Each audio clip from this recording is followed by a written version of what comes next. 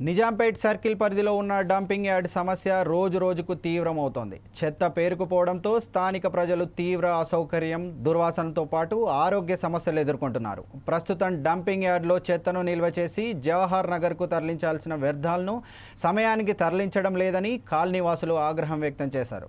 దీనివల్ల చెత్త స్థానికంగా పేరుకుపోయి పరిసర ప్రాంతాల్లో నివసిస్తున్న ప్రజలు ఆరోగ్యానికి ముప్పు ఏర్పడుతోంది.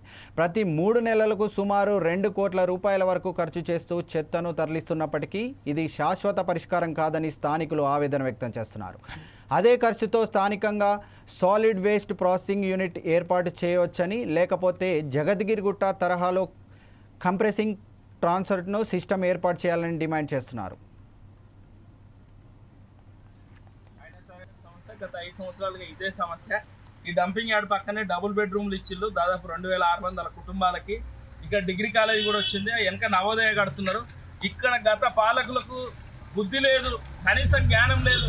డంపింగ్ యార్డ్ సమస్యను ఏర్పాటు చేసిళ్ళు, మరి దాన్ని పరిష్కరించలే. ఇక్కడ ప్రాసెస్ యూనిట్ ఏర్పాటు చేయలే.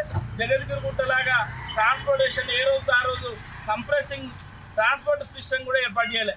కమిషన్లు దండుకోవడానికి ట్రాన్స్పోర్టేషన్కి సంవత్సరానికి 5 కోట్లు ఖర్చు చేస్తూ వాళ్ళ దగ్గర డబ్బులు దండుకున్నారు కమిషన్. కానీ ఈ సమస్య పరిష్కరించారు.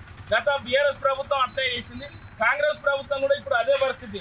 డంపింగ్ యార్డ్ సమస్యను పరిష్కరించాలని 2 సంవత్సరాలుగా ఈ డబుల్ బెడ్రూమ్లో ఉన్న ప్రజలందరూ కూడా కొట్లాడిన పరిస్థితి. ప్రతిసారి ఈ డంపింగ్ యార్డ్ నిండుతుంది, రోడ్డు మీదకి మొత్తం కూడా చెత్త చెదారం డంప్ చేసిపోతారు. ఇక్కడ డిప్యూటీ కమిషనర్ ఒక ఆయన ఉంటాడు, సాబిరాలేని. ఆయనకు డబ్బుల మీద ఉన్న సోయి ఈ డంపింగ్ యార్డ్ సమస్యను పరిష్కరించే సోయి లేదు. దీనిపైన మేము సైబరాబాద్ మున్సిపల్ కార్పొరేషన్ ఏర్పాటు చేసినాక సైబరాబాద్ మున్సిపల్ కార్పొరేషన్ ఏర్పాటు చేసినాక మేము పలుమార్లు దీనిపైన ఫిర్యాదు చేసినాం, ధర్నాలు చేసినాం, కానీ ఎప్పుడు కూడా పరిష్కారాన్ని చూపించలే. కనీసం ఇక్కడ డంపింగ్ యార్డ్ ప్రాసెస్ యూనిట్ అన్న స్టార్ట్ చేయండి, లేదంటే ఇక్కడ డంపింగ్ యార్డ్ అని తీసేయండి. ప్రతిసారి డంప్ యార్డ్ రెండోలే బయటికి రావాలి. మరి మేము ఒకటే అడుగుతున్న, పాత కాంట్రాక్టర్ది టైం అయిపోయినప్పుడు మరి ఎక్స్టెండ్ అన్న చేసుకోవాలి, లేకుంటే జవహర్ నగర్ కానీ ఐదర్ నగర్ కానీ ట్రాన్స్పోర్ట్ ఏదో సబ్సిడీ చేయాలి. లేదంటే అక్కడ ప్రాసెస్ యూనిట్ని ఇక్కడన్నా ఏర్పాటు చేయకుండా ఈ చెత్త చెదారం ఏంది? ఇది బుద్ధుందా అధికారులకి? కనీసం సోయిందా? ఇక్కడనే డిప్యూటీ కమిషనర్ 1 వీక్గా ఈ డంపింగ్ యార్డ్ ఇక్కడ మొత్తం డంప్ చేస్తుంటే ఇక్కడి నుంచి జవహర్ నగర్ తరలించలేదు. కనీసం జగద్గిరిగుట్ట వాళ్ళన్న ఇక్కడికి పంపించి ఇక్కడి నుంచి లిఫ్ట్ చేయించే పరిస్థితి లేదు.